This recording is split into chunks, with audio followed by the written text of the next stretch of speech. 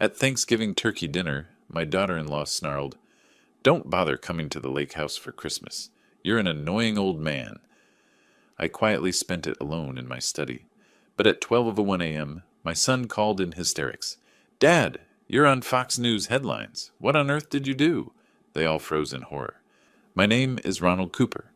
I'm 67 years old, and I live in a three-story house overlooking Lake Tahoe in South Lake Tahoe, California. For 38 years, I worked as an assistant U.S. attorney in the Northern District of California, specializing in financial crimes and money laundering. Retired since 2019. These days, I spend my time fishing on the lake, restoring antique furniture in my workshop, and adding to my collection of first edition detective novels. Chandler and Hammett, mostly. I always thought the quiet life would be boring after decades in federal court. Turns out I was wrong about a lot of things. My son Kyle is 41. Good kid, or at least he used to be. I remember when he was 7, running down our old driveway in Sacramento every time I came home from work, arms wide open, yelling, "Daddy's home!" Those days feel like someone else's life now. Everything changed 5 years ago when he met Alicia Welch at some corporate networking event in Sacramento. She was beautiful, I'll give her that, polished. The kind of woman who knows exactly how her smile looks and uses it like currency. I saw through it immediately. 38 years prosecuting white-collar criminals teaches you to read people. The way her eyes would calculate before she spoke. How she'd laugh at Kyle's jokes, but her eyes stayed cold, scanning the room for someone more useful. The first time Kyle brought her to Tahoe for a weekend, she spent the entire visit photographing the house, asking questions about square footage, property value, when I'd bought it. "Just curious," she'd said, flashing that practice smile. "Kyle's told me so much about this place." "I bought it in 1992 for $340,000, I told her, watching her eyes light up. "Current appraisal is $2.4 million. She'd actually gasped. Kyle thought she was impressed by the view. They got married 6 months later. Small wedding. Alicia insisted on intimate. Translation: she didn't want to spend money on Kyle's side of the family when she could use it to impress her own friends. I paid for the rehearsal dinner anyway. $12,000 at some fusion restaurant in Sacramento, where the portions were smaller than the prices. The hints started slowly. Casual comments about how big houses are such a burden at your age, Ronald. Questions about my will, wrapped in concern. "Kyle and I just want to make sure you've got everything in order. Estate planning is so important." She'd even suggested I move into a more manageable condo in Sacramento, closer to them. "We could help you downsize. The real estate market in Tahoe is incredible right now." I'd smiled politely and changed the subject. Every single time. Kyle became a stranger. He stopped calling unless Alicia was there, feeding him lines, stopped visiting unless she orchestrated it. The man who used to fish with me every summer now couldn't spare a weekend. "Alicia has this charity event," he'd say. Or, "Alicia planned a trip with her friends." Always Alicia, but I kept my mouth shut. You don't survive 4 decades in federal prosecution without learning patience.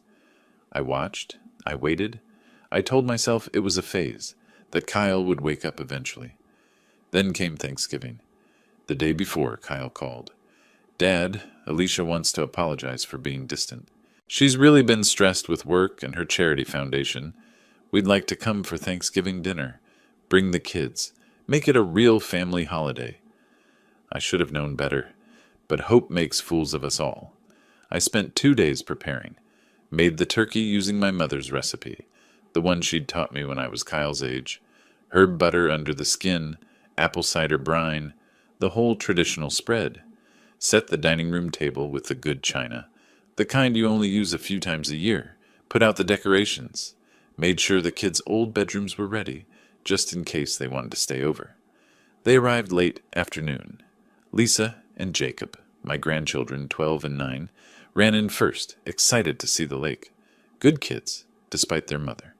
Kyle followed, carrying bags of store-bought wine that probably cost more than my entire Thanksgiving budget.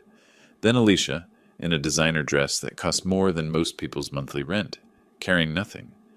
Dinner started well enough. The kids talked about school. Kyle asked about my fishing. Alicia smiled and nodded. playing the role of dutiful daughter-in-law. I should have recognized the performance. I'd seen hundreds of defendants do the same thing in court, the pleasant mask right before they show their true face. I made the mistake of mentioning Christmas. I was thinking, I said, passing the mashed potatoes, maybe you could all come back for Christmas. Spend a few days. The kids could go sledding. We could make it a real tradition again, like when Kyle was little. The temperature in the room dropped 20 degrees. Alicia set down her fork with a precise little click against the plate. "Oh, Ronald," she said my name like it tasted bad. "About that. We've been meaning to talk to you." Kyle's face went pale. He stared at his plate like it held the secrets of the universe. "Don't bother coming to the lake house for Christmas," Alicia continued, her voice shifting from syrup to steel. "You're an annoying old man, and frankly, the kids want a real holiday, not your boring stories about the old days and your dusty books." Lisa and Jacob froze, forks halfway to their mouths. Kyle's jaw clenched, but he said nothing. Absolutely nothing. I felt something click inside my chest. Not heartbreak. I'd felt that before when Kyle first started changing. This was different. This was the sound of a decision being made.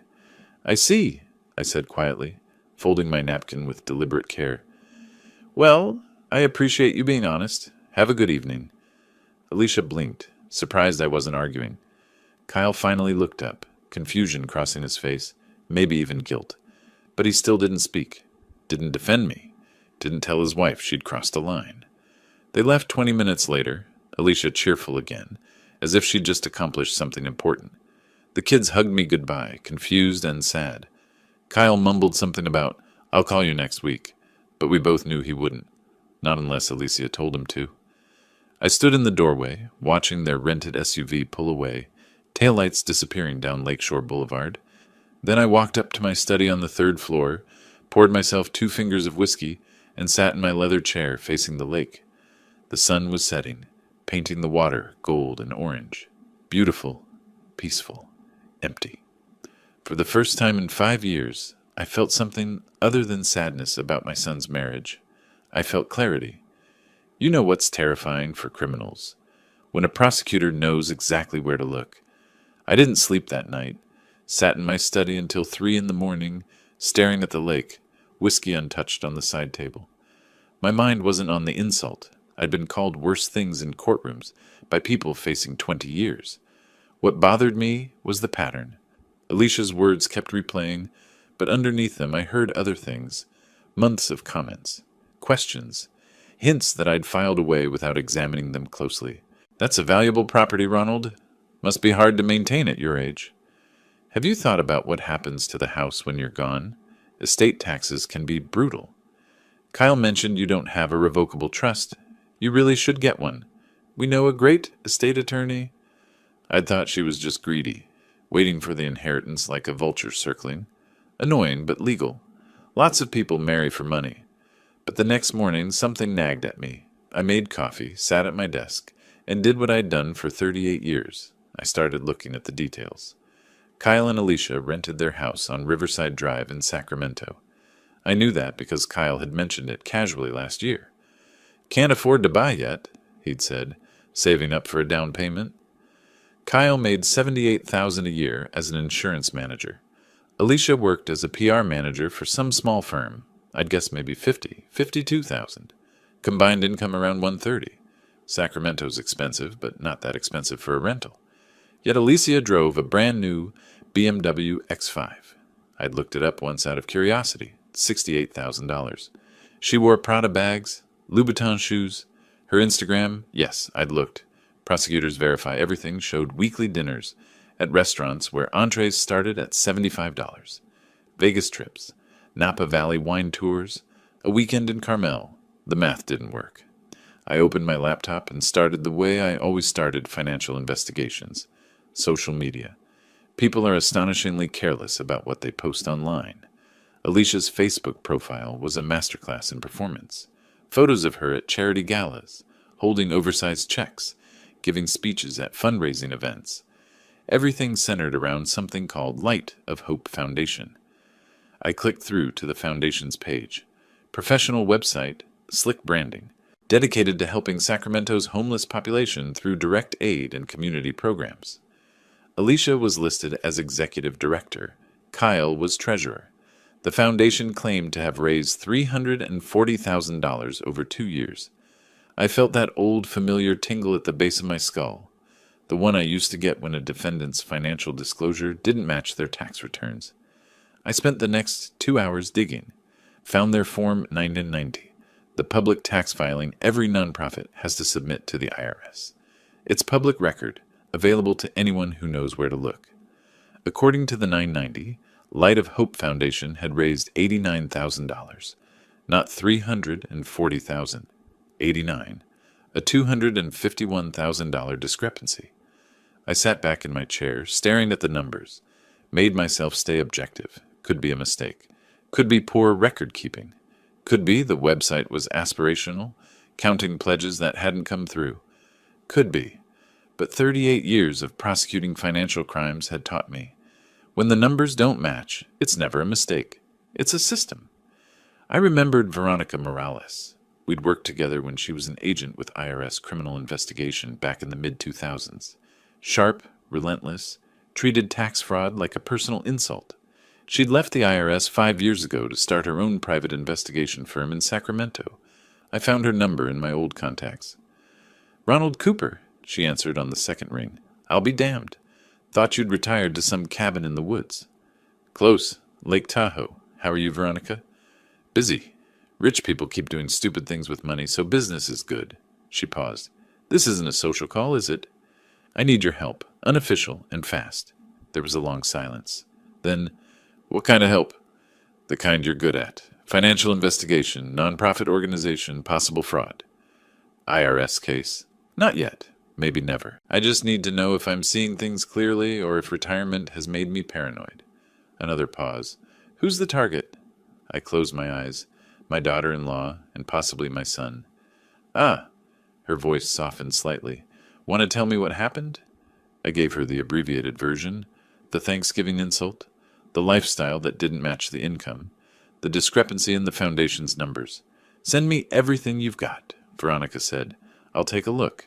If there's something there, we'll find it." "Thank you." "Ronald, are you sure you want to do this? If they're dirty and we prove it, that's your son." I looked out at the lake. The water was dark gray under cloudy skies, waves choppy from the wind. "That's exactly why I have to do it," I said. "He chose the wrong side. Someone needs to show him there are consequences." After I hung up with Veronica, I called Gerald Bishop. We'd worked together in the U.S. Attorney's Office for 15 years, before he left for private practice in San Francisco. Criminal defense now, ironically, defending the same kinds of people we used to prosecute. "Gerald, hypothetically speaking, if someone runs a nonprofit in California, what filing requirements do they have?" Hypothetically, he sounded amused.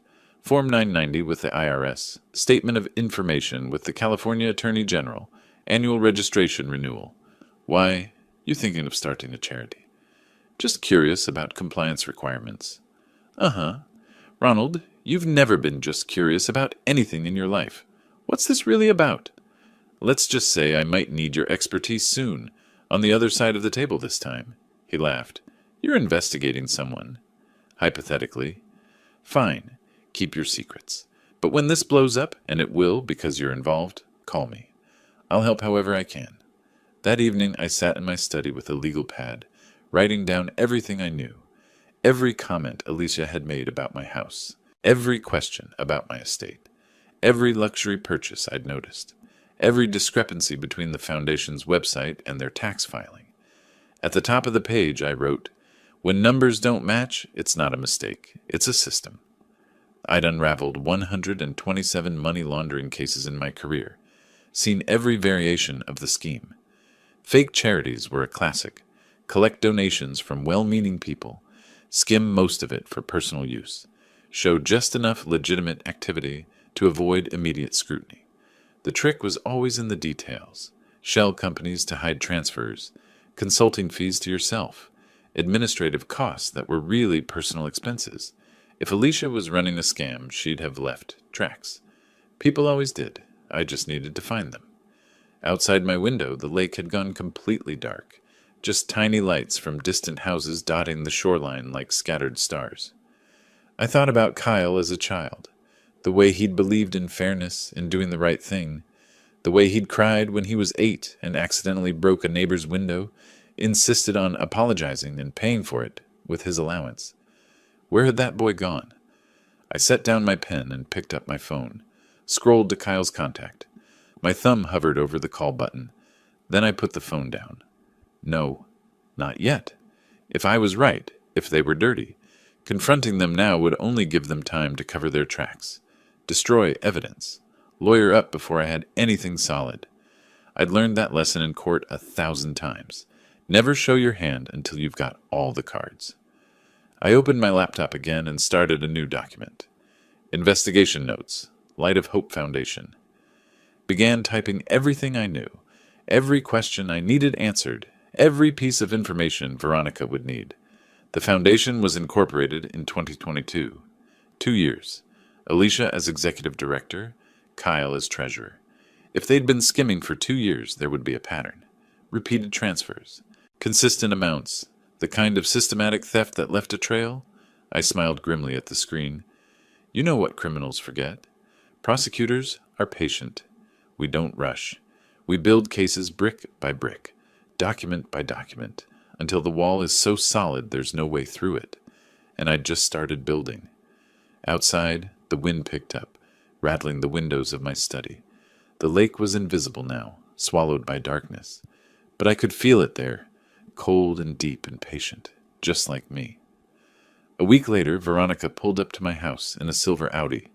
I watched from the third-floor window as she got out, pulled a leather messenger bag from the passenger seat, and looked up at the house with an appraising eye. Always the investigator. I met her at the door. She'd aged well, still had that sharp, focused look that made defendants nervous in interrogation rooms. Her handshake was firm. "Ronald, been too long." "5 years. Come in." I led her upstairs to my study. She paused at the doorway, taking in the floor-to-ceiling bookshelves, the antique desk, the panoramic windows overlooking the lake. "Nice setup. Retirement looks good on you." "Most days." I gestured to the chair across from my desk. "Coffee?" "Black, thanks." I poured from the pot I'd made earlier, handed her a mug. We sat. She pulled out a notepad. "So, your daughter-in-law. Tell me everything." I'd prepared for this. Organized my thoughts like I used to organize case files. Started with the basics. When Kyle met Alicia, the quick marriage, the gradual change in my son. Then the pattern of behavior, the questions about my estate, the hints about downsizing, the obvious discrepancy between their income and lifestyle. "And this charity foundation?" Veronica asked, scribbling notes. I turned my laptop toward her, showed her the Light of Hope Foundation website. She scrolled through it, face expressionless. Clicked through photo galleries of Alicia at fundraising events, always perfectly styled, always holding those oversized ceremonial checks. "Claims they've raised $340,000 over 2 years," I said. Veronica's eyebrow went up. "And the $990?" I pulled up the tax filing. $89,000. She was quiet for a long moment, studying the numbers. Then she looked up at me, and I saw that familiar gleam, the one she used to get when we'd found the thread that would unravel an entire criminal enterprise. $251,000, she said softly. "That's not a rounding error, Ronald." "No, it's not." "You understand what you're asking me to do? If they're dirty and we prove it. That's my son in the crosshairs. I know." I met her gaze steadily. "But if he's breaking federal law, he needs to face consequences. That's what I taught him growing up. Apparently he forgot." Veronica nodded slowly. "Okay, give me 2 weeks. I'll dig into their finances, trace the foundation's money, see where it's actually going. If there's fraud here, we'll find it." "How much do you need up front? For you?" "Nothing. We'll settle up when I'm done." She stood, tucked her notepad into her bag. "Ronald, are you prepared for what might happen if this is real?" I thought about Kyle's face at Thanksgiving, staring at his plate while his wife insulted me. Thought about Lisa and Jacob, my grandchildren, growing up watching their parents steal from people who thought they were helping the homeless. I've never been more prepared for anything in my life, I said. After Veronica left, I stood at the window watching her car disappear down Lakeshore Boulevard. My phone rang. Kyle. "Hey, Dad." His voice was cautious. "Just wanted to check in. See how you're doing after Thanksgiving." Interesting. Alicia must have realized she'd gone too far. Sent Kyle to smooth things over. "I'm fine, son. How are the kids?" "Good, good." Lisa made honor roll. "Jacob's doing great in soccer." A pause. "Listen, Dad, about what Alicia said, it's forgotten." The lie came easily. "She was stressed. I understand." Relief flooded his voice. "Oh, good. I mean, yeah, she's been under a lot of pressure with the foundation. They're planning this big fundraiser in January, trying to expand their outreach programs." I let him talk, making appropriate sounds of interest. All the while, I was listening for the details beneath the words. The foundation was expanding. More money flowing through it. More opportunities for theft. "That's wonderful," I said when he finished. "You must be proud of her." "Yeah, she works really hard." He sounded like he was trying to convince himself. "Anyway, I just wanted to make sure we're okay." "We're fine, Kyle." After we hung up, I sat back in my chair. The irony wasn't lost on me. Kyle calling to make peace while I was building a case against him and his wife. But that's the thing about crime. It always feels justified to the people committing it. Alicia probably told herself she deserved that money, that she was smarter than everyone else, that no one would ever catch her. She'd never met someone like Veronica Morales. The next 2 weeks crawled by. I fell into my routine, morning coffee overlooking the lake, afternoons restoring an antique writing desk in my workshop, evenings reading Chandler by the fireplace, but my mind was never fully present. I kept thinking about what Veronica might be finding. Kyle called twice more. Brief conversations, nothing important, just checking in, making sure I wasn't upset. I played the role of forgiving father perfectly. On the evening of the 13th day, my phone buzzed with a text from Veronica. "Got something. Big. Coming tomorrow." I didn't sleep that night. She arrived the next afternoon carrying a leather portfolio that looked significantly thicker than her notepad from 2 weeks ago. Her expression was grim. "You were right," she said without preamble. "It's worse than you thought." We sat in my study. She opened the portfolio and spread documents across my desk like a prosecutor, laying out evidence, bank statements, corporate filings, transfer records. "The Light of Hope Foundation is registered as a 501c3 nonprofit," she began, "which means donations are tax deductible, and they're supposed to be using that money for charitable purposes. According to their website and marketing materials, they've collected $340,000 over 2 years. But the 990 shows 89,000, I finished. Exactly. That's $250,000 unaccounted for. So I started tracking the money. She pulled out a bank statement. The foundation has an account at Wells Fargo, regular deposits from donors, small amounts mostly, $50 here, $100 there, people who think they're helping homeless families.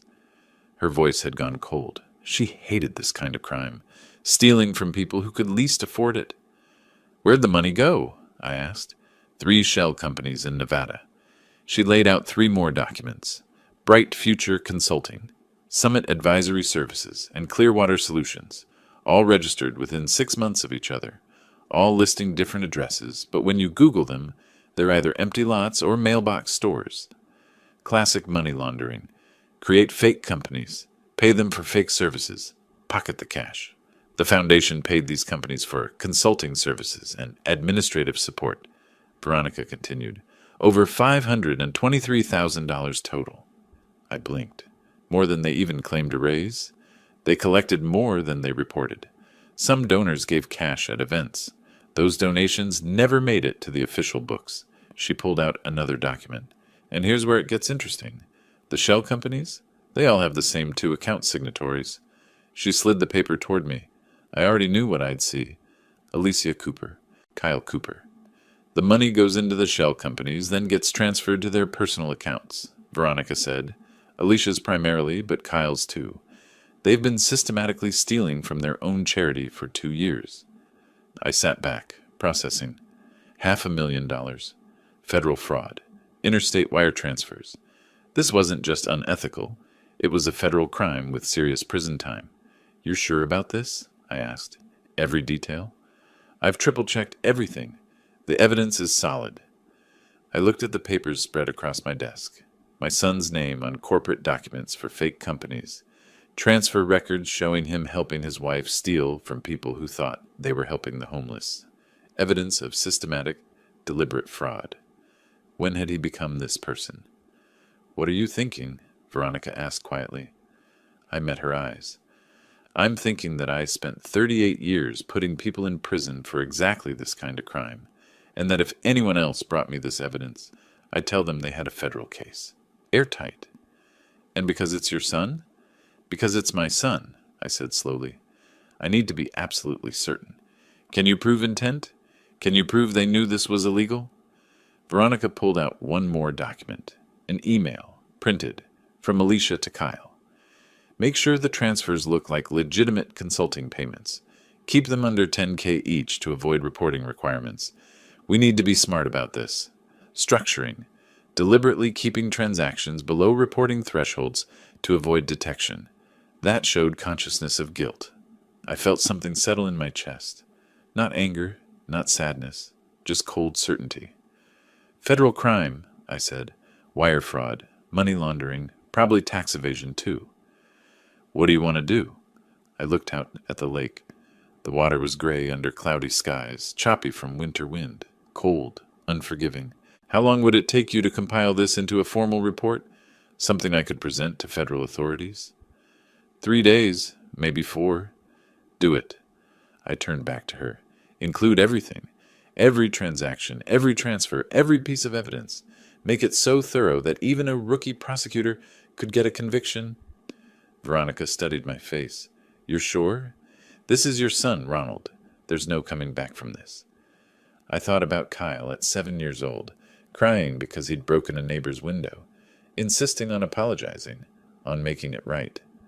I thought about the man he'd become, weak, complicit, helping his wife steal from the vulnerable. That's exactly why I have to do this, I said. He chose the wrong side.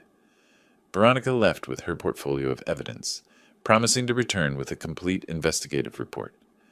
I sat alone in my study as darkness fell over the lake, thinking about what came next. This wasn't just about revenge. If I'd wanted simple revenge, I could have exposed them publicly, ruined their reputations, made their lives miserable. But that wouldn't stop them. Alicia would just find another scheme, another way to feed her greed.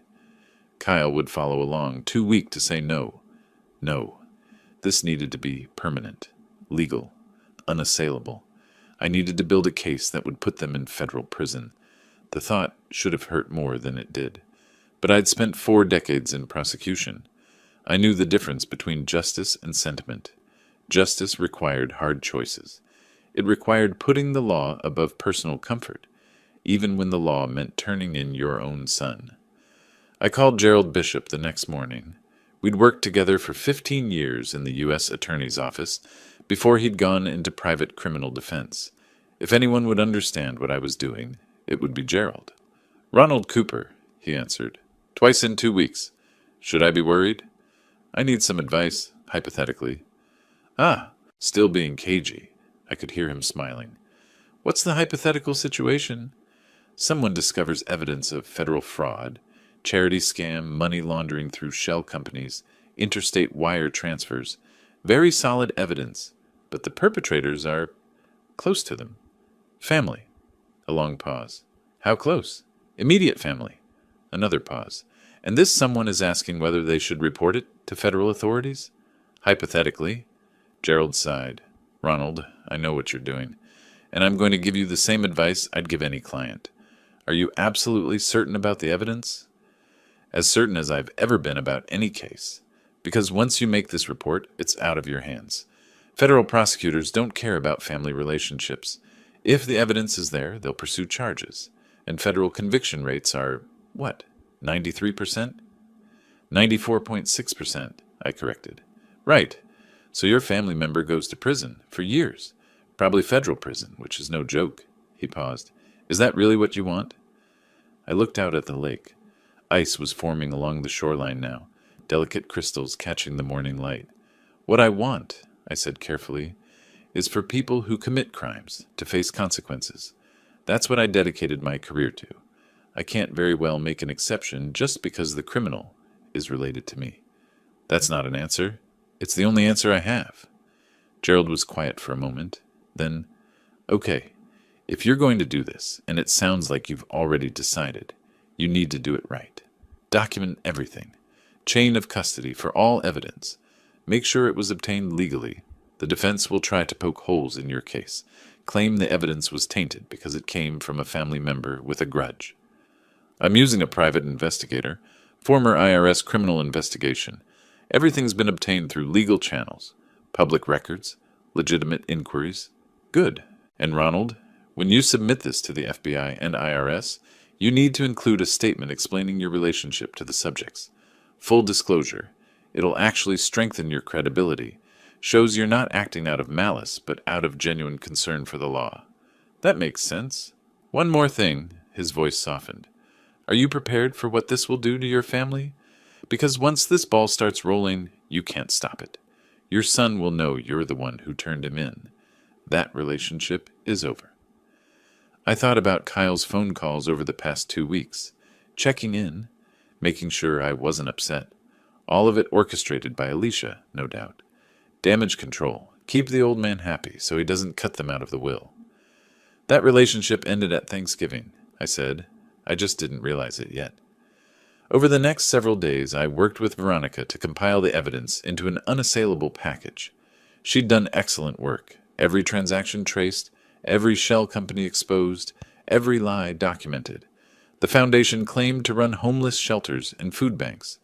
In reality, they'd never operated a single program. Every dollar donated had gone into Alicia and Kyle's pockets. $523,000. Stolen from people who thought they were helping the most vulnerable members of society. We organized it like a federal indictment.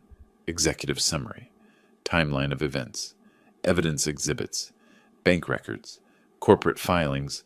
Email communications. Even photographs from Alicia's social media showing her wearing designer clothes and dining at expensive restaurants. Lifestyle inconsistent with her legitimate income. I wrote the cover letter myself, explaining who I was, my background as a federal prosecutor, my relationship to the subjects under investigation, making it clear that I had no personal vendetta, just a civic duty to report suspected federal crimes. The letter ended. I understand the serious nature of these allegations, particularly given my familial relationship to the subjects. However, I believe the evidence speaks for itself. The law must apply equally to all citizens, regardless of personal connections. On the evening we finished, Veronica and I sat in my study with 2 thick folders, one labeled IRS Criminal Investigation Division, the other labeled FBI Sacramento Field Office. "This is airtight," Veronica said. "If they don't pursue this, I'll eat my badge." "They'll pursue it." I'd worked with federal prosecutors for nearly 4 decades. I knew what got their attention. Interstate fraud, money laundering, tax evasion, the trifecta. "When are you going to submit it?" I looked at the folders. Once I handed these over, there was no going back. Kyle and Alicia would be investigated. Likely indicted. Probably convicted. Federal prison had a minimum of 85% time served. No parole, no early release. If they got 10 years, they'd serve at least 8.5. My son, in federal prison, because of me. "Soon," I said. Veronica stood to leave. At the door, she turned back. "Ronald, for what it's worth, I think you're doing the right thing. People like Alicia, they don't stop unless someone stops them. And Kyle, maybe prison will wake him up. Give him a chance to become the man his father raised him to be." After she left, I sat with the folders on my desk. My phone rang. Kyle again. "Hey, Dad. Just calling to see if you want to come to Sacramento for Christmas. Alicia feels really bad about Thanksgiving. She wants to make it up to you." I nearly laughed. Christmas. They wanted me to come to their house for Christmas. Probably so they could butter me up, make sure I wasn't planning to change my will. "That's kind of you," I said. "But I think I'll spend Christmas here this year. Quiet holiday by the lake." "Oh, okay." He sounded disappointed. Or maybe that was Alicia in the background, disappointed. "Well, maybe we could come to you. The kids would love to see the house again. Let's see how schedules work out." Non-committal. Diplomatic. We talked for a few more minutes. He told me about Lisa's school concert, Jacob's soccer tournament, normal grandfather-son conversation, as if everything was fine, as if his wife wasn't a criminal and he wasn't her accomplice. When I hung up, I looked at the folders again, picked up the one for the FBI, opened it, read through the executive summary one more time. The evidence was flawless. The case was unassailable. Any prosecutor in the country would jump at this. I closed the folder, set it back on the desk. The phone rang again, this time a number I didn't recognize. Mr. Cooper? This is Shannon Clark. I'm an attorney in Sacramento. Your son Kyle gave me your number. I wanted to introduce myself. I handle estate planning, and Kyle mentioned you might be interested in setting up a trust for your grandchildren. Ah, there it was. They'd sicked a lawyer on me, probably hoping to get information about my estate, my plans, my assets. That's thoughtful, I said, but I already have estate planning handled. Thank you. Of course. Well, if you ever need a review of your documents, or if you'd like to discuss options for minimizing estate taxes, I'd be happy to. I appreciate the offer. I'm all set. After I hung up, I smiled grimly. They really thought I was just a foolish old man, someone to be managed and manipulated. They had no idea what was coming.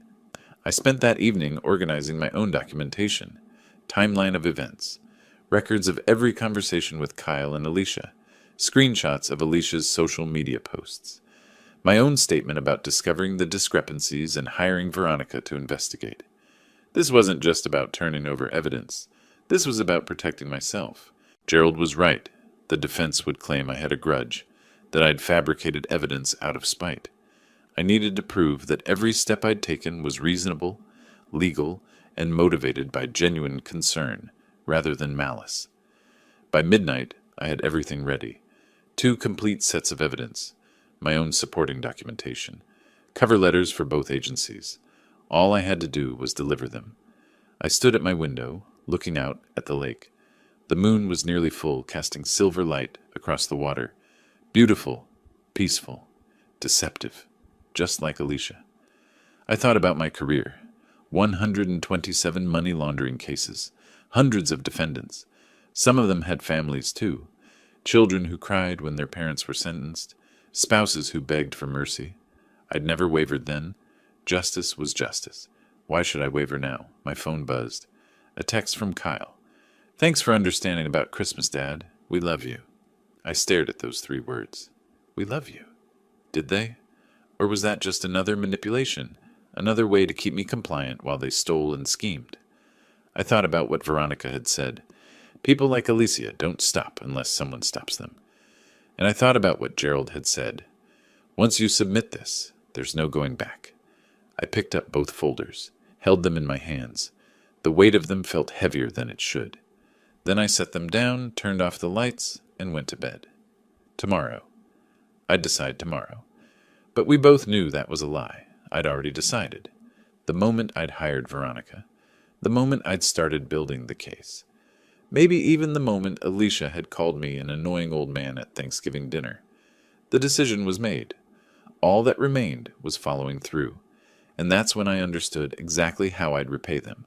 Not with anger, not with confrontation, but with the cold, methodical machinery of federal justice. The same machinery I'd operated for 38 years. The next morning, I woke at dawn, showered, dressed in a suit, the first time I'd worn one since retirement. Dark gray, crisp white shirt, conservative tie. If I was going to deliver evidence to federal agencies, I'd do it properly. I made coffee, carried it to my study, and sat with the 2 folders on my desk. Opened each one, reviewed the contents one final time. Bank statements, corporate filings, transfer records, email evidence, Veronica's investigative report, my own sworn statement about discovering the discrepancies. Everything was there. Everything was perfect. At exactly 9:40 in the morning, I drove to Sacramento, 2 hours down from Tahoe, through pine forests that gradually gave way to valley flatlands. I kept the radio off, wanted silence to think. The IRS Criminal Investigation Office was downtown in a nondescript federal building. I walked in carrying the first folder, approached the security desk. I have evidence to submit regarding a federal fraud case, I told the guard. He looked at me, a 67-year-old man in a suit, speaking calmly, and picked up a phone. Let me get someone from CI. The agent who came down was younger than I expected. Late 30s, maybe. Sharp eyes, though. She introduced herself as Special Agent Martinez. You have evidence of fraud? She asked. Money laundering, charity scam, over $500,000. I handed her the folder. Everything's documented. Bank records, shell companies, interstate transfers, federal jurisdiction. She opened the folder, scanned the first few pages. Her expression shifted. Surprise, then interest. This is comprehensive? I spent 38 years as a federal prosecutor, I said, Northern District of California. I know what a solid case looks like. You're the one who submitted this?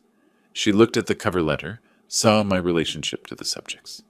Your son and daughter-in-law? Yes. She studied my face for a long moment.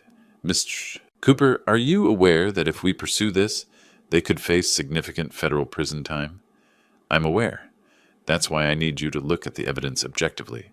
Don't dismiss it because of my relationship to them. Look at the facts. She nodded slowly. We'll review this thoroughly. If everything checks out, she paused. You understand this can't be undone once we start investigating? I understand. I left the IRS office and drove to the FBI Sacramento field office. Same procedure. Same kind of reaction from the agent who took the second folder. Same questions about my relationship to the subjects. Same warnings about consequences. The law applies equally to everyone, I told him, including family. On the drive back to Tahoe, my phone rang. Kyle.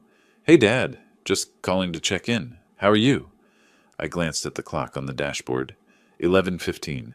I'd submitted the evidence less than 2 hours ago. I'm fine, son. Just running some errands. Good, good. Listen, Alicia wanted me to ask. We're planning a New Year's party. Small thing, just some friends from the foundation. Would you want to come? Might be a good chance to meet some of the people we work with. The foundation. The fake charity they'd been using to steal money. That's kind of you, I said, but I think I'll pass. Quiet New Year at home sounds better. Oh, okay. He sounded disappointed. Or maybe that was Alicia whispering in the background, disappointed. Well, if you change your mind, I'll let you know. After I hung up, I almost laughed. They had no idea. Absolutely no idea that I'd just handed federal agencies everything they needed to destroy them. The next 2 days crawled by. I tried to maintain my routine. Coffee, reading, working in my shop. But my mind kept drifting to Sacramento, to federal agents reviewing evidence, to prosecutors deciding whether to open an investigation. On the evening of the second day, my laptop chimed with an email notification. From IRS, CI, Sacramento IRS.gov. Subject, Case Acknowledgement. Mr. Cooper, your submission has been reviewed and accepted for investigation. Case number, IRS CI 2024-847 has been opened. An investigator will be assigned within 48 hours. Please note that you may be contacted for additional information or clarification as the investigation proceeds. Thank you for your cooperation in this matter. I stared at the screen. Read it 3 times. They'd opened a case. It was real now. Official. 20 minutes later, another email, this one from the FBI. Your information regarding suspected federal fraud has been received and is being evaluated by our Sacramento office. A preliminary investigation has been initiated. We appreciate your detailed documentation and will contact you if additional information is needed. I sat back in my chair, looking out at the lake. The sun was setting, painting the water orange and gold. Beautiful evening. Peaceful. Kyle's life was about to implode, and he didn't even know it. That night, I couldn't sleep. Lay in bed, staring at the ceiling, thinking about what I'd set in motion. Federal investigators would start digging into the Light of Hope Foundation. They'd subpoena bank records, interview donors, trace every dollar. They'd build a case brick by brick, exactly the way I used to build cases. And then what? Indictments. Arrests. Trial. Conviction. Prison. My son. In federal prison. Because of me. I got up, went to my study, pulled a first edition Hammett off the shelf. The Maltese Falcon. Tried to read. Couldn't focus on the words. The phone rang. 3 a.m. Kyle again. Dad? Sorry to call so late. I couldn't sleep. Wanted to hear your voice. He sounded stressed. Worried. What's wrong? I asked. Nothing. Everything's fine. Just work stuff.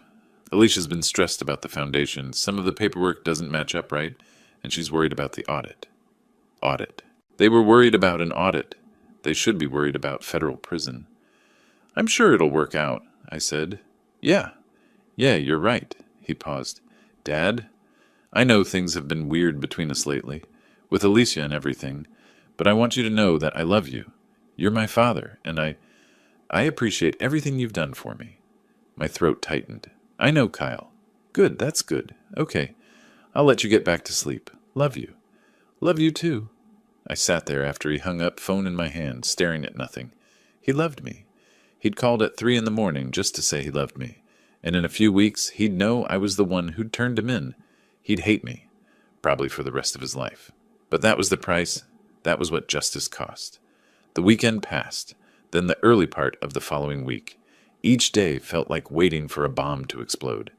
I kept checking my email, my phone, waiting for... What? An update from the FBI? A call from Kyle saying they'd been questioned? Nothing. Federal investigations move slowly, I knew that. 38 years of prosecuting cases had taught me patience, but knowing didn't make the waiting easier. Wednesday evening, I was in my study reading Chandler when my laptop chimed again. Another email. Not from the IRS or FBI this time. A Google alert I'd set up weeks ago. Light of Hope Foundation. Puss, Sacramento. I clicked it. Fox News. Posted 17 minutes ago. Breaking federal investigation launched into Sacramento charity fraud. Over $500K allegedly laundered. My heart stopped. They'd leaked it. Someone at the FBI or IRS had leaked the investigation to the press. I clicked the article, read it quickly. Sources close to the investigation say the Light of Hope Foundation, a Sacramento-based nonprofit claiming to help homeless families, is under federal scrutiny for money laundering.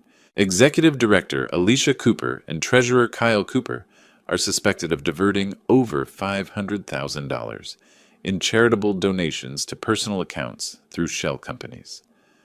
There was a photo. Alicia at one of her fundraising events, holding a ceremonial check, smiling that perfect, practiced smile. I checked the time. 6:18 in the evening. Kyle didn't know yet. He couldn't. The article had just been posted. I sat back, trying to process what this meant. The investigation was supposed to be confidential. They weren't supposed to announce it publicly until they had enough evidence for charges. But someone had talked, and now it was out there, on national news. My phone stayed silent for another 5 hours. At exactly 12:01 in the morning, it exploded with a call. Kyle. I let it ring twice before answering. Dad. His voice was hysteria, barely contained. Dad, are you watching the news? Are you seeing this? Seeing what? Fox News. We're on Fox News? They're saying we... He could barely get the words out. They're saying we stole money from the foundation, that we're being investigated by the FBI. I turned on my television, flipped to Fox News. The late-night anchor was reading the story. Behind him, a graphic, Sacramento Charity Fraud Investigation. I'm seeing it now, I said calmly. This is insane. Dad, someone did this. Someone made up lies about us and reported us to the FBI. Kyle, the FBI doesn't investigate based on lies. If they're looking into this, they have evidence. But we didn't... the foundation is legitimate. We help people. This is all a misunderstanding. On the TV screen, they were showing the foundation's website. Then bank transfer records, redacted but clearly showing large sums moving between accounts. Kyle, I need to ask you something. Did you and Alicia divert foundation money to personal accounts? Silence. Long, damning silence. It's not like that, he finally said, voice cracking. Alicia said it was okay. She said we were entitled to administrative fees. That's how nonprofits work. Everyone does it. $500,000 in administrative fees. The amounts got confused. She handles the books. I just sign where she tells me to. Of course he did. Just sign where she tells him to. Kyle, you need to get a lawyer. A good one. Don't talk to anyone without legal representation. A lawyer? Dad, I didn't do anything wrong. Then a lawyer will help you prove that. I could hear Alicia in the background now, her voice shrill, demanding to know what I was saying. I have to go, Kyle said. But Dad, this is going to be okay, right? They'll figure out it's a mistake? I looked at the TV screen. The anchor was bringing in a legal analyst to discuss potential charges. Wire fraud, money laundering, tax evasion, 20 years maximum federal prison time. Get a lawyer, Kyle, I said quietly. Then I hung up and turned off the phone. I didn't sleep. Sat in my study watching the news coverage multiply.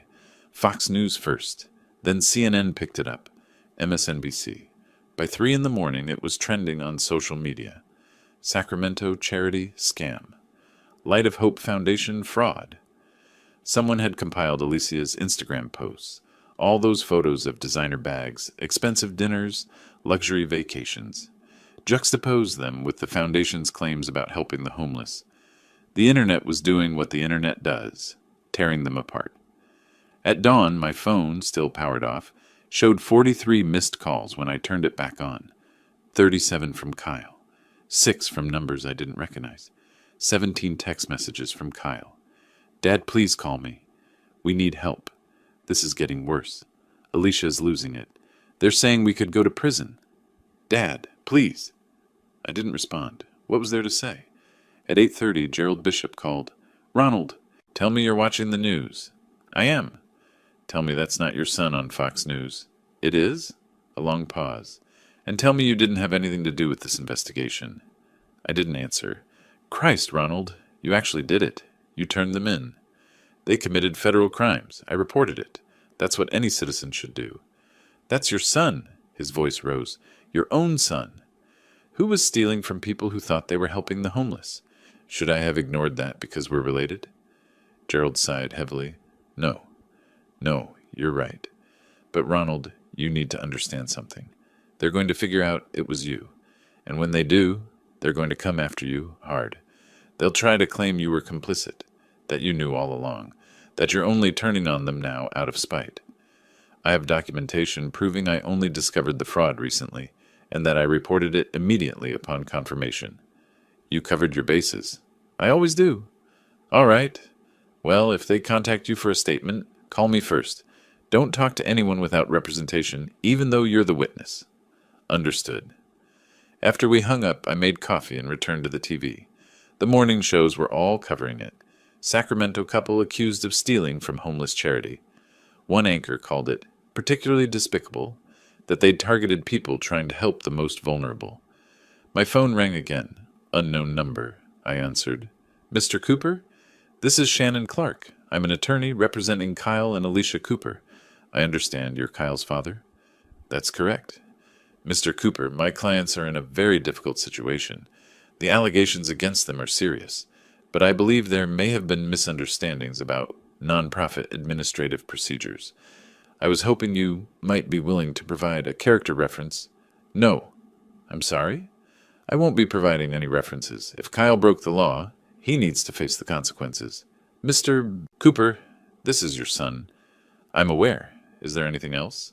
A pause. Mr. Cooper, do you know who reported this to federal authorities?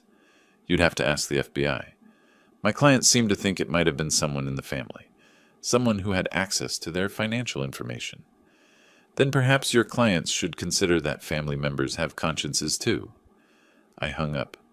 By mid-morning, the story had exploded further.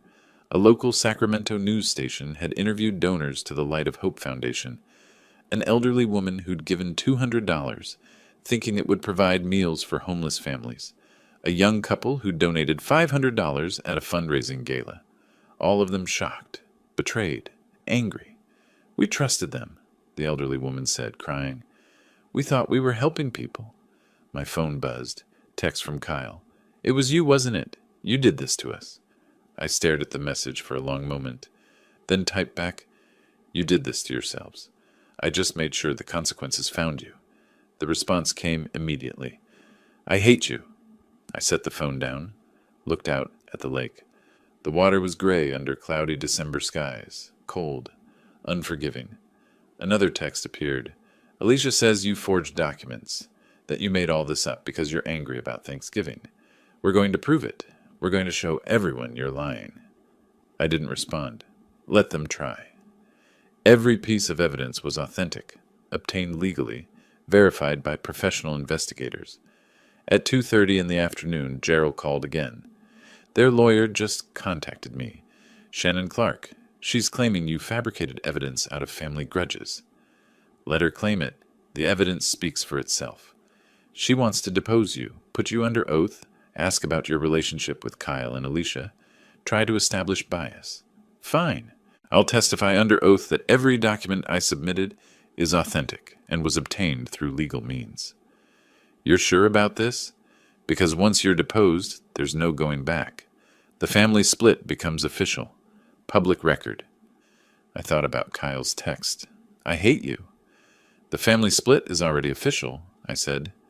That evening, a new development. The local news reported that FBI agents had visited Kyle and Alicia's rented house in Sacramento, showed footage of agents and FBI windbreakers carrying boxes out of the residence.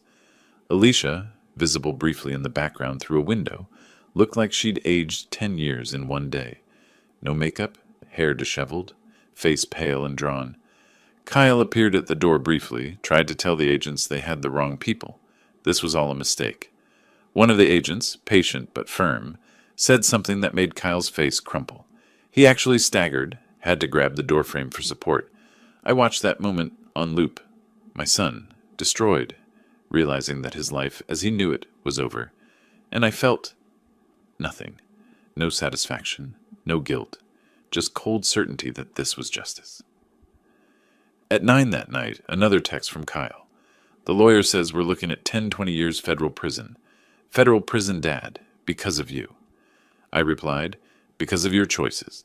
You chose to steal from people trying to help the homeless. You chose to lie. You chose to follow Alicia into a criminal scheme. These are your consequences, not mine. The response was immediate and incoherent. Lots of capital letters, accusations, threats, desperate pleas for me to fix this somehow. I turned off my phone. The next morning, more news. The California Attorney General had announced they were also investigating, looking into state-level charges beyond the federal case. The foundation's bank accounts had been frozen. Donors were being contacted for victim statements. And buried in one article, a detail that made me smile grimly, sources say the investigation began after a detailed complaint was filed by a former federal prosecutor who discovered irregularities in the foundation's finances. They knew, or they'd figured it out, that I was the source. My phone, turned back on, showed new messages. This one from Alicia's number, though clearly written by her. You vindictive old bastard. You did this because I called you annoying. You're willing to destroy your son's life over a dinner table insult. What kind of monster are you? I deleted it without responding. But then another text came through. This one different, from Kyle. The lawyer says our only option is a plea deal. Cooperate with investigators, admit guilt, hope for reduced sentences. She says Alicia could get 8-10 years. I could get 4-6. Federal prison, Dad. Real prison.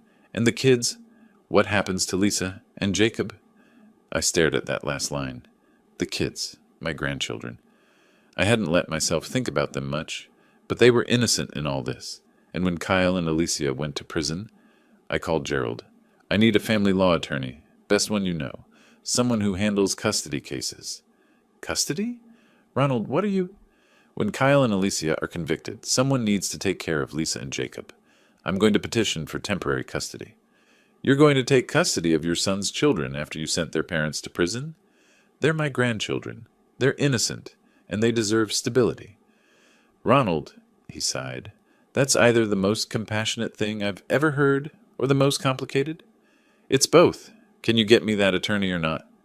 I'll make some calls. That afternoon, the final message from Kyle arrived. They're coming to arrest us tomorrow, Christmas Eve. The FBI called our lawyer. They said we can turn ourselves in voluntarily, or they'll come get us. On Christmas Eve, Dad, you did this. I hope you're happy. I wasn't happy, but I was certain. I typed one last response. You made your choices. Now you have to live with them. The kids will be taken care of. I'll make sure of that. His response was just 4 words. I'll never forgive you. I set the phone down and walked to my window. The lake was dark now, just a few lights from distant houses reflecting on the water. Tomorrow was Christmas Eve. Tomorrow my son would be arrested for federal crimes, and I would spend Christmas alone, knowing I'd destroyed my own family in the name of justice. The house felt very quiet, very empty, very cold. The next day, Christmas Eve, I woke early, made coffee in the silent kitchen, carried it to my study, turned on the television to catch the morning news. Every channel was still covering it. Sacramento charity, fraud, scandal. Kyle and Alicia's faces plastered across screens, legal analysts discussing potential sentences. Federal prosecutors don't lose cases. Conviction rate above 94%, one analyst reminded viewers. I checked my phone. No messages from Kyle since last night's "I'll never forgive you." But there was a text from Gerald. Their lawyer called. Kyle and Alicia are flying to Las Vegas this afternoon, trying to get away from the media circus.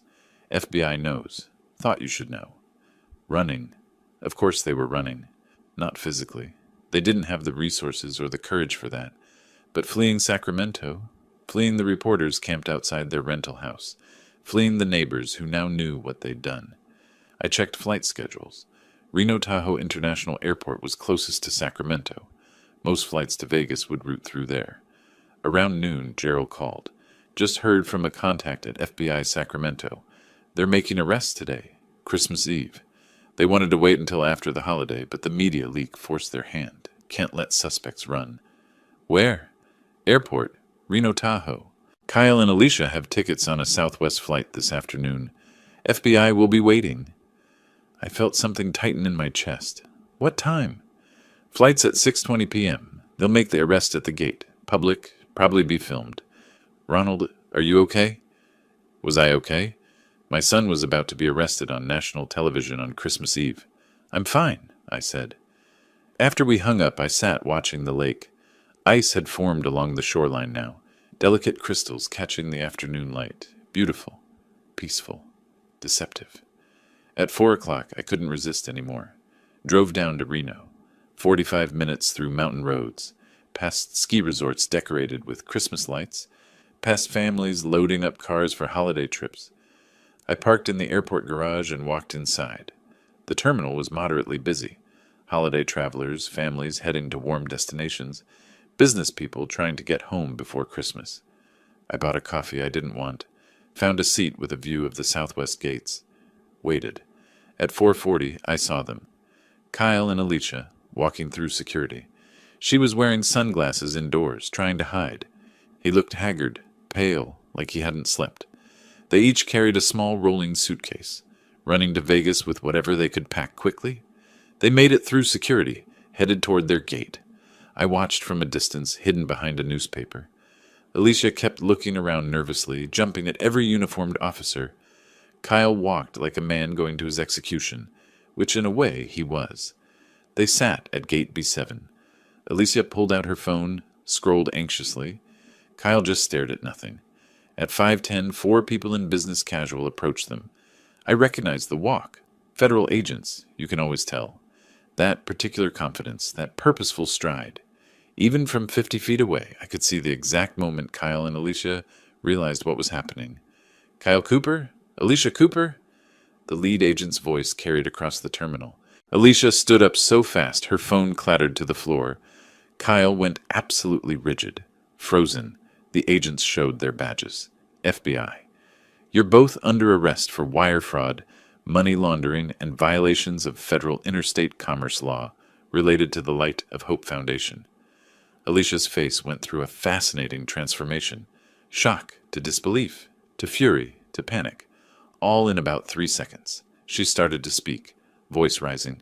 This is ridiculous. We haven't done anything. This is... Ma'am, please remain calm, the agent said. Professional. Firm. Kyle said nothing. Just stood there, swaying slightly like the ground had disappeared beneath him. The agent began reading them their Miranda rights. You have the right to remain silent. Anything you say can and will be used against you in a court of law. Other passengers were staring now, phones coming out. Recording. Alicia saw the phones and something in her snapped. Stop recording! This is private! You can't... She turned to the agents. This is a mistake. My father-in-law did this. Ronald Cooper, he forged documents. He's lying because I... Mrs. Cooper, the agent interrupted. We have a federal warrant signed by a magistrate judge. This isn't a mistake. One of the other agents pulled out handcuffs. That's when it became real for them. I could see it in their faces. The handcuffs weren't symbolic, weren't theoretical. They were actual metal restraints that would actually go on their actual wrists. Please turn around, the agent instructed. Alicia's perfect facade shattered completely. Her voice went shrill, desperate. No, you don't understand. We were going to fix it. We were going to pay everything back. Kyle, tell them. Kyle finally spoke. His voice was barely a whisper. Dad knew. Somehow he knew. The agent cuffing him paused. Your father reported this? Kyle nodded, face crumpling. He turned us in. I watched as they clicked the handcuffs closed. Alicia was crying now. Loud, ugly sobs that had nothing to do with remorse, and everything to do with the public humiliation. The designer sunglasses had fallen off. Her hair was disheveled. The woman who'd spent 5 years cultivating an image of perfection looked utterly destroyed. Kyle just looked broken. Head down, shoulders slumped, utterly defeated. Someone in the crowd recognized them from the news. Oh my God, that's them! The charity scammers! More phones came out. Videos that would be on social media within minutes. The agents led them away, one hand on each of their elbows. Standard procedure. Professional. Efficient. Alicia kept turning back as if looking for escape. Kyle walked like a man in a dream. A nightmare. They passed within 15 feet of where I sat. Kyle looked up briefly, scanning the crowd, and his eyes landed on me. For one moment, we made eye contact. I saw it all in his face. Recognition.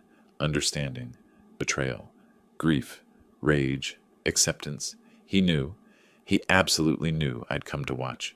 His mouth opened like he was going to say something, then closed. What was there to say? The agents kept moving, leading them toward a side exit where a federal vehicle would be waiting. I sat very still, coffee cold in my hands, watching them disappear. The terminal slowly returned to normal. Travelers went back to their phones, their books, their conversations. Within minutes, it was as if nothing had happened, except my son was in federal custody on Christmas Eve because of me. I drove back to Tahoe as the sun set. The sky turned orange and purple over the mountains, stunningly beautiful. Christmas lights twinkled in the windows of houses along the highway, families gathering, celebrations beginning. My phone rang as I pulled into my driveway. Gerald. It's done, he said. They're in custody. Federal Detention Center in Reno. Arraignment scheduled for 3 days from now. Bail will almost certainly be denied. Flight risk. Access to stolen funds. Interstate nature of the crime. I know? Ronald, he paused. I hope this was worth it. I looked at my house. Dark. Empty. No decorations, no tree, no family waiting inside. So do I said. Inside, I poured myself a glass of wine. Sat in my study. Picked up a first edition Hammett, but couldn't focus on the words. Outside the window, snow began to fall. First snow of the season, drifting down soft and silent, covering the lake, the trees, the docks, making everything clean and white. I thought about Kyle in a cell somewhere in Reno. Cold concrete, harsh lights, the smell of industrial disinfectant. On Christmas Eve. I thought about Alicia, probably still crying, still insisting this was all a mistake, all someone else's fault. I thought about Lisa and Jacob, my grandchildren, with Alicia's mother, confused and scared, not understanding where their parents were. My phone buzzed. Text from Veronica. Saw the news. Arrests made. Are you all right? I stared at the message for a long time before responding. Justice was served. That's what matters. But sitting alone in my study, watching snow fall on Christmas Eve, I wondered if that was really true. I'd won. The law had worked exactly as it should. Criminals had been caught, would be prosecuted, would face consequences. So why did it feel so much like losing? Christmas morning arrived silent and gray. I woke at 7:30, late for me, and lay in bed staring at the ceiling. Somewhere in Reno, Kyle was waking up in a federal detention cell. First Christmas away from his children. First Christmas as a federal prisoner. I made coffee and sat in my study. The house felt too quiet, too big. For the first time since moving here, it felt less like a peaceful retreat and more like isolation. On the shelf above my desk sat a photograph I usually didn't look at too closely. Kyle at 5 years old, Christmas morning, holding up a red toy truck I'd saved up to buy him. His smile huge, genuine, full of pure joy. I picked up the photo, studied that little boy's face, tried to see where he'd become the man who'd help his wife steal from the homeless. My phone buzzed. Text from Gerald. First hearing scheduled for the day after tomorrow. They're staying in custody. Bail denied. Judge cited flight risk and access to undisclosed funds. Merry Christmas, I replied. Understood. Another text, this one from Veronica. Merry Christmas, Ronald. You did the right thing. I know that doesn't make it easier. I didn't respond. Around noon, my phone rang. Unknown number. I considered not answering, but something made me pick up. Mr. Cooper? A woman's voice, older, stressed. This is Dorothy Welch. Alicia's mother? I have Lisa and Jacob here with me. Alicia's mother, the children's other grandmother.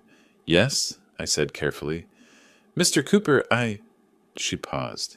I heard children's voices in the background. I don't know what to do. The kids keep asking where their parents are. The news is everywhere. Lisa saw something online about arrests. I don't know how to explain this to them. I closed my eyes. Lisa was 12, old enough to understand. Jacob was 9, old enough to be scared. Tell them the truth, I said. Their parents made mistakes, bad choices with money. They're in trouble with the law now. But they're asking if they'll see them again, if they're safe, if, her voice cracked. Mr. Cooper, I'm 73 years old. I can't take care of 2 children long term. I don't have the energy, the resources. And with everything that's happening, I understand. Do you? Her tone sharpened. Because from what I hear, you're the one who did this. You turned in your own son, your own family. And now these children are suffering because of it, I could have argued. Could have explained that Kyle and Alicia chose to commit crimes, that I simply ensured consequences followed. Could have defended myself. Instead, I said, Mrs. Welch, are Lisa and Jacob safe? Are they fed? Warm? Of course they are. I'm not... Good. Keep them safe. I'll arrange for their long-term care. What do you mean? I'm going to petition for temporary custody. The children will come live with me. Silence. Then, you? You destroy their parents' lives, and then you want to take the children? I didn't destroy their lives. They did that themselves. But the children are innocent. They're my grandchildren, my blood, and they deserve stability. This is insane. This is reality, Mrs. Welch. Kyle and Alicia are facing federal prison time. Probably years. Someone needs to care for Lisa and Jacob. I have the means, the space, and the legal right as their paternal grandfather. Another long pause. Then quietly, they're good children. They don't deserve this. No, they don't. Which is why I'm going to make sure they're taken care of. After I hung up, I called Gerald. I need a family law attorney, the best one you know. I'm filing for emergency temporary custody of my grandchildren. Ronald, are you sure about this? You just sent their parents to prison, the optics alone. I don't care about optics. I care about Lisa and Jacob. They need stability, and they need it now. Can you help me, or not? He sighed. I'll make some calls. But Ronald, this is going to be complicated. The courts might question your motivations. Alicia's attorney could use this as evidence of malicious intent. Let them try. I have documentation proving I discovered the fraud recently and reported it immediately. My actions were about justice, not family disputes, and the children's welfare is a separate issue entirely. All right, I'll have someone contact you today, even on Christmas. Thank you. I spent the rest of the afternoon making lists, what Lisa and Jacob would need. Their schools would have to be transferred, medical records, therapy. They definitely need therapy after all this. Their bedrooms would need to be set up. The house had guest rooms, but they'd need to feel like home, not temporary spaces. At 4 in the afternoon, I went down to the second floor, into the 2 guest bedrooms I hadn't used in years, opened windows to air them out, assessed what furniture was there, what would need to be bought. Lisa's room could face the lake. She'd like that. Jacob's could have the view of the mountains. I'd need to ask them about colors, decorations. Let them make it their space. As I worked, my phone kept buzzing with news notifications. The arrest had made national coverage. CNN, MSNBC, Fox News, all running the story. Sacramento charity, founders arrested on Christmas Eve. Video of Kyle and Alicia in handcuffs at the airport, shared thousands of times on social media. I turned off notifications. Around 6, as darkness fell, I found myself in my workshop in the basement. My antique furniture restoration hobby. Half-finished projects scattered around. A Victorian writing desk, a mission-style bookshelf, an arts and crafts chair. On the workbench sat a small wooden toy chest I'd started months ago. No particular reason, just something to keep my hands busy. Now I had a reason to finish it. I worked until late, sanding, staining, ensuring every joint was perfect. Lisa and Jacob would need storage for toys, games, books. This would be a start. The physical work helped, focusing on something concrete, something I could control and perfect, unlike everything else in my life right now. At 10 o'clock, I went back upstairs, poured another glass of wine, stood at my study window, looking out at the lake. The snow had stopped. The world outside was pristine, untouched, like a blank slate. My phone lit up with a text, from Kyle's number, but not from Kyle. He wouldn't have phone access in detention. It was a photo, sent hours ago, just coming through now. Probably uploaded automatically to cloud storage before the arrest. Lisa and Jacob, Christmas morning, with Alicia's mother, trying to smile for the camera. But their eyes were red. They'd been crying. I stared at that photo for a long time. Then I sat down and wrote an email to the family law attorney Gerald had recommended. I need to file for emergency temporary custody of my 2 grandchildren. Their parents are in federal custody, facing serious charges. The children need immediate stable placement. I have documentation of my financial stability, suitable living conditions, and ability to provide care. Please advise on next steps. Sent it, sat back. Thought about what came next. Legal battles, custody hearings, social services evaluations, explaining to Lisa and Jacob why their grandfather had turned in their parents, helping them understand that justice and love aren't opposites, that sometimes love means not letting people you care about destroy themselves and others. My phone buzzed one more time. Another text from Gerald. Family law attorney will call you first thing tomorrow. Merry Christmas, Ronald. For what it's worth, I think you're doing the right thing with the kids. I looked around my empty house, at the photo of young Kyle with his toy truck, at the falling snow outside, at the wine glass in my hand. I'd won. Justice had been served. Kyle and Alicia would face consequences for their crimes. But I'd also lost my son. Maybe forever. The price of justice, I told myself. The cost of doing what's right. I just hoped it was worth it. Tomorrow I'd start the process of bringing Lisa and Jacob home. Tomorrow I'd begin rebuilding what Kyle and Alicia had destroyed. Tonight, though, I just sat in the dark, watching snow fall on the lake, wondering if I'd made the right choice, knowing I'd make the same choice again, but wishing desperately that I'd never had to make it at all. 3 days after Christmas, I sat in my study while Gerald attended the arraignment in Sacramento. I'd chosen not to go. Seeing Kyle in court, in shackles, wasn't something I needed to witness. I'd seen enough defendants over my career to know exactly how he'd look. Defeated, scared, smaller than he'd been in freedom. Gerald called me that afternoon. It went exactly as expected, he said. Judge Margaret Fillmore presiding, bail denied, flight risk due to interstate scheme and access to undisclosed funds. They're staying in custody until trial. What were the charges? 1 count conspiracy to commit money laundering, 2 counts charity fraud, 1 count interstate commerce violation, maximum 20 years federal prison, $500,000 in fines. 20 years. Kyle could be nearly 60 by the time he got out. How did they look? I asked despite myself. Gerald paused. Alicia looked like someone who'd never been told no before and couldn't process it. Prison orange doesn't suit her as well as designer clothes. Kyle, he looked broken, Ronald, kept his head down the whole time, wouldn't look at anyone. And the prosecutor? Bill Torres, young guy, sharp, laid out the evidence. Bank records showing systematic diversion of $523,000 from the nonprofit to personal accounts through shell companies. The judge actually looked disgusted. Said people who steal from charity donors deserve the full weight of the law. I felt a grim satisfaction at that. What's next? Preliminary hearing in 2 weeks. But Ronald, Their attorney approached me afterward, Shannon Clark. She wants to discuss a plea deal. Already? The evidence is airtight. She knows they can't win at trial. Federal conviction rate is over 94%, and this case is textbook money laundering. She's going to advise them to cooperate, plead guilty, hope for reduced sentences. How reduced? If Kyle fully cooperates and testifies about Alicia's role, maybe 4 to 6 years. Alicia organized the scheme, so she's looking at 8 to 10 minimum.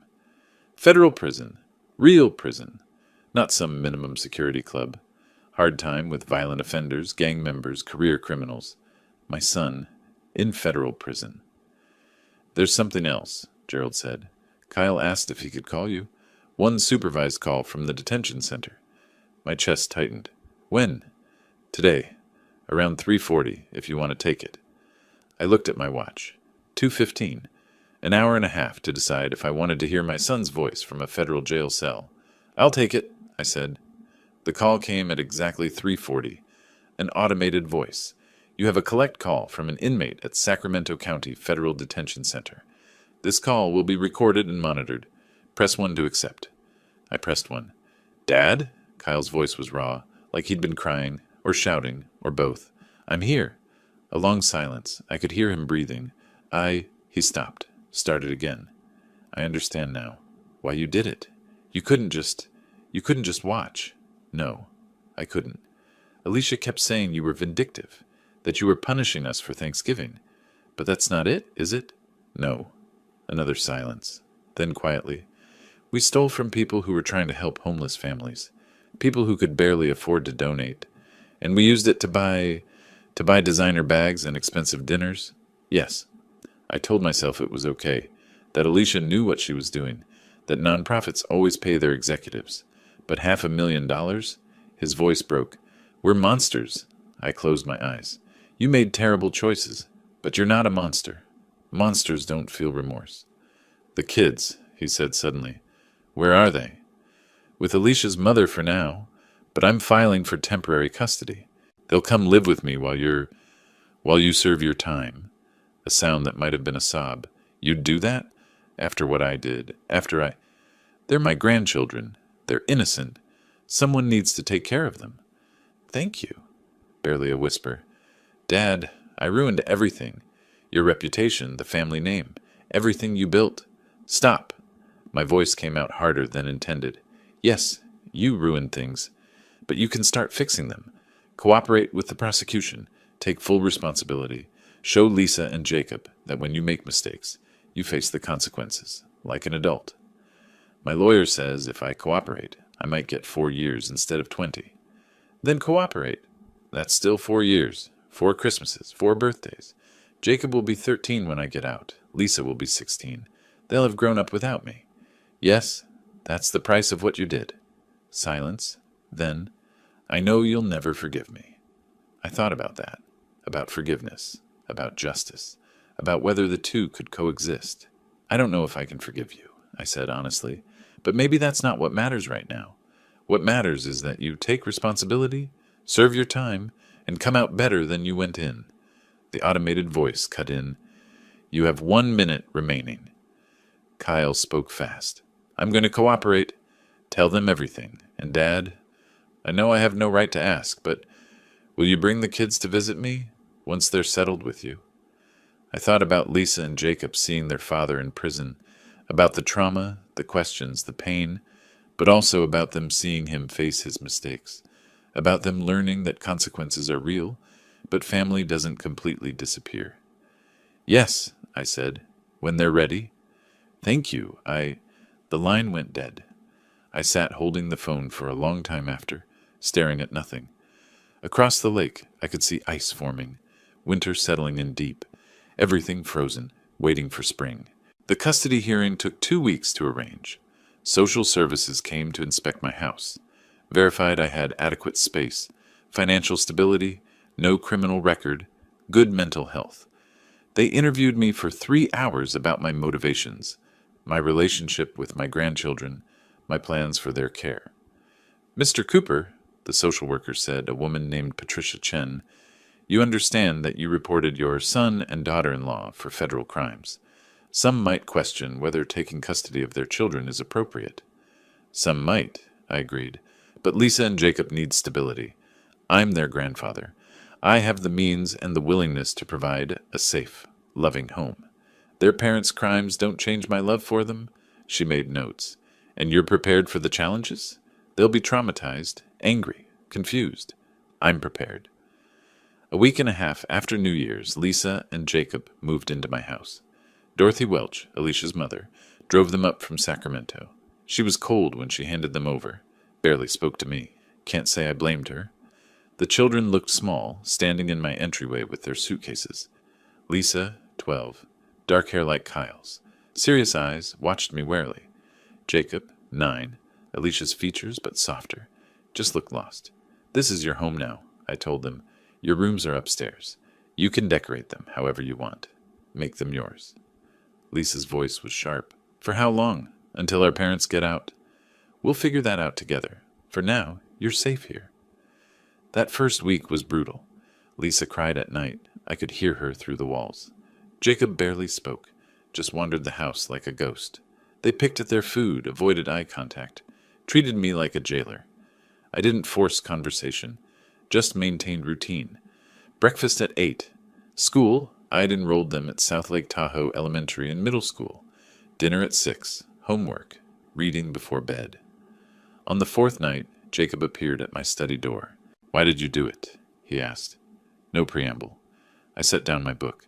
Your parents broke the law, stole money from people who were trying to help others. I couldn't let that continue. But they're your family. Yes, and that made it harder. But love doesn't mean letting people hurt others. He thought about that. Do you still love my dad? Yes. Then why did you send him to prison?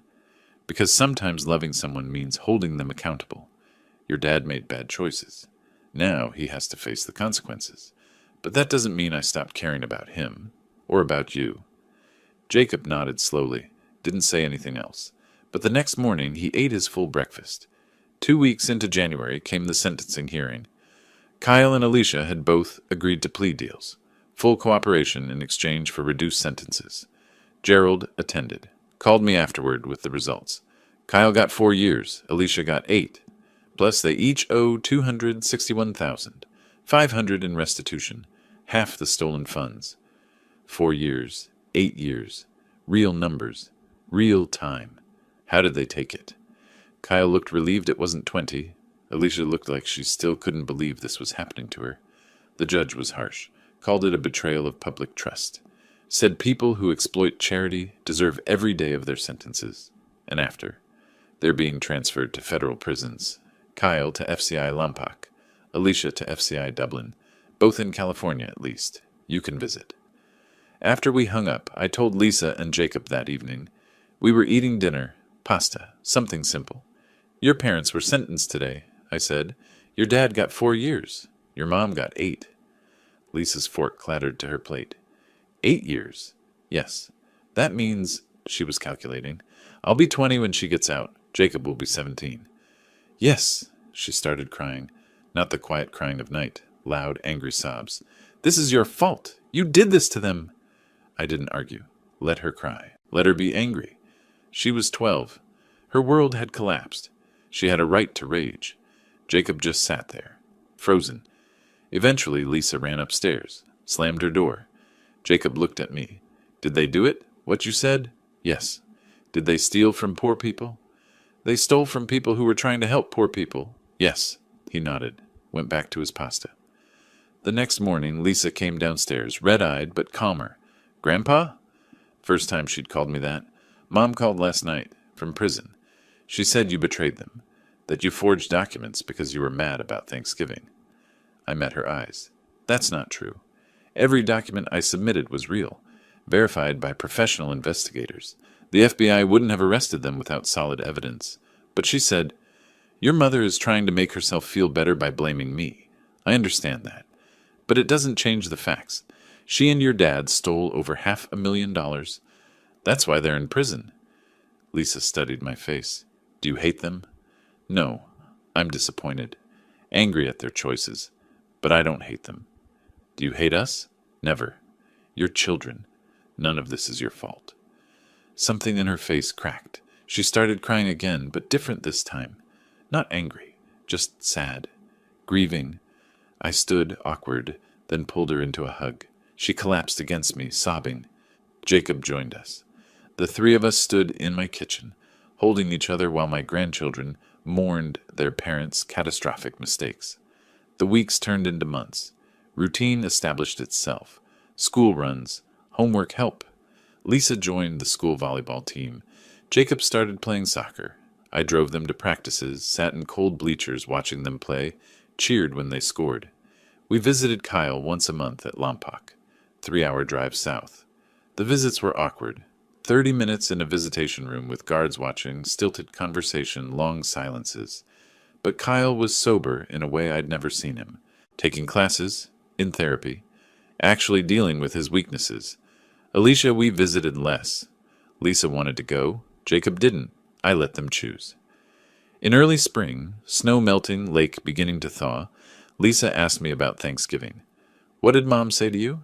That made you turn them in? I'd wondered when this would come. She called me an annoying old man, said I was boring, told me not to bother coming to Christmas because the kids wanted a real holiday. Lisa winced. That's harsh. Yes. Is that why you reported them? No. I reported them because I discovered they were committing federal crimes. The Thanksgiving incident just made me start looking more closely at things that hadn't added up. But if she hadn't said those things, I might not have investigated. But eventually, someone would have caught them. The FBI, the IRS, a donor who got suspicious. Better it was me, someone who cares about minimizing harm to you and Jacob, than a stranger who wouldn't care about protecting you. She thought about that. Mom says you'll never forgive them. Maybe not. I don't know yet. But I'm still here, still taking care of you, still letting them call. That's something. Is it enough? I smiled sadly. We'll find out. One morning in early April, I sat in my study. Lisa was at the table doing homework. Jacob was outside playing with the dog I'd gotten them, a golden retriever named Scout. The lake was bright with sunlight, ice completely gone, water sparkling blue and clean. My phone rang. Veronica. How's Grandpa life treating you? She asked. Better than I expected. The kids are adapting. We're figuring it out. Any regrets? I watched Jacob throw a ball for Scout, watched the dog bound after it joyfully, heard Lisa humming while she worked on her math. Every day, I said honestly, but I'd make the same choice again. That's the hardest kind of regret. Yes? We talked a bit more. After I hung up, Lisa looked up from her homework. Grandpa, can you help with this algebra problem? Of course, sweetheart. Let me see. I stood, walked over to her table, looked at the problem, started explaining how to solve it. Through the window, Jacob's laughter rang out as Scout licked his face. Outside, spring was coming to Lake Tahoe. Ice melting, new growth beginning, life continuing despite everything. I'd destroyed my son's freedom to preserve justice. I'd lost my family to save my grandchildren. I'd chosen law over blood, and I'd do it again.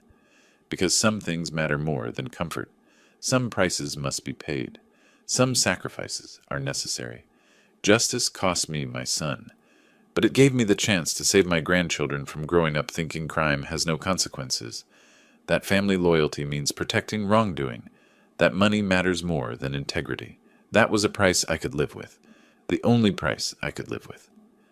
Outside, Jacob called, Grandpa, come throw the ball with us. Lisa looked up from her math. You should go. I can finish this myself. I smiled, ruffled her hair gently. I'll be right back to check your work. Walked outside into the spring sunshine, threw the ball for Scout, listened to Jacob's laughter, felt the warmth of the sun on my face and the cold certainty in my heart that I'd made the right choice. It wasn't forgiveness. It wasn't redemption. It wasn't even peace. But it was justice. And justice, I'd learned over 67 years, was often all we get. If you liked this story, please like this video and subscribe to the Cold Revenge channel, as the Sweet Revenge channel will soon cease to exist. Also, share your impressions of this story in the comments. To listen to the next story, click on the field on the left. Thank you for watching.